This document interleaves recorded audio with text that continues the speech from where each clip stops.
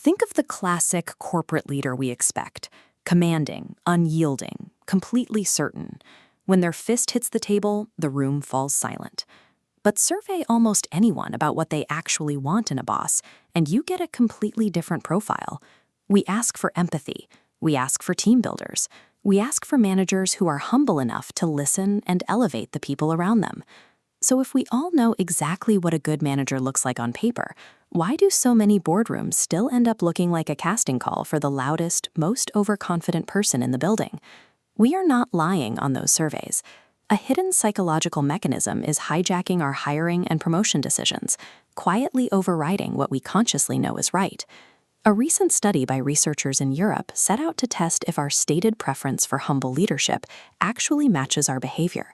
To do this, they used an implicit association test. Instead of asking people what they think, this test measures split-second subconscious beliefs by tracking how quickly the brain groups different concepts together.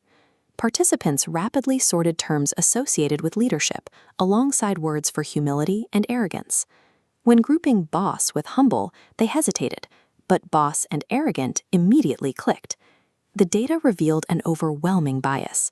Participants subconsciously paired arrogance with high-status roles and humility with subordinate roles.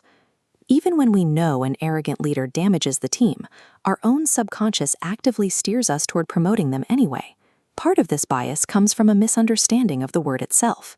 In a competitive workplace, humility is frequently mistaken for being indecisive, passive, or easily pushed around. In psychology, true leadership humility has nothing to do with self-deprecation. It is a robust trait divided into two distinct, measurable spheres. The first is relational humility. This means having a highly accurate view of yourself, knowing exactly what you are good at and where you fall short, without drifting into grandiosity or inferiority. It allows a leader to focus heavily on elevating the people around them. The second is intellectual humility. This is the capacity to own your limitations, openly invite contrary ideas, and recognize that you do not hold a monopoly on the truth. Together, these traits form a highly active, corrective strength. A leader armed with this framework is constantly insulating their team from catastrophic blind spots. What happens when you bypass that subconscious bias and put these humble leaders in charge? The researchers ran a second experiment to find out. They had participants evaluate fictional managers, programmed with varying combinations of humility and arrogance, observing how these traits influence the perception of their performance. As you might expect, the humble leaders scored astronomically higher in warmth and approachability, but they also vastly outperformed the arrogant baseline in raw competence and overall effectiveness. The managers who admitted their limitations were viewed as tangibly better at their jobs. This creates a measurable ripple effect across the entire organization.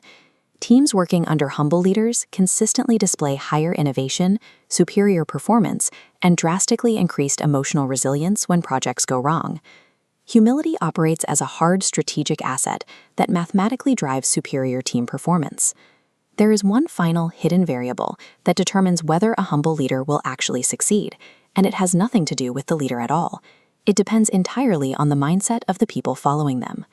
This chart from the study shows perceived leader effectiveness on the y-axis, mapped against the leader's level of humility. It plots two different sets of followers, those with low intellectual humility and those with high intellectual humility. Look at the solid line representing followers with low intellectual humility. Their perception of the leader remains relatively flat. To them, an arrogant manager and a highly humble manager are roughly equally effective. Now look at the dashed line for followers who are intellectually humble themselves. When paired with a humble leader on the far right, there is a massive spike in how effective they rate their manager. A truly great leader's impact is only fully realized and respected by a team that is willing to be intellectually humble alongside them. Our modern workplace is plagued by a deeply ingrained bug in our psychology. We are wired to falsely equate volume and arrogance with competence, rewarding those who speak the loudest rather than those who think the deepest. But the data proves otherwise. True leadership strength is quiet, relational, and deeply curious about its own limitations. to build resilient organizations, we have to actively and consciously override our implicit biases every time we hire or promote someone. We have to look past our reflex to defer to confidence. Stop rewarding the loudest voice in the room and start seeking the leader brave enough to admit what they do not know.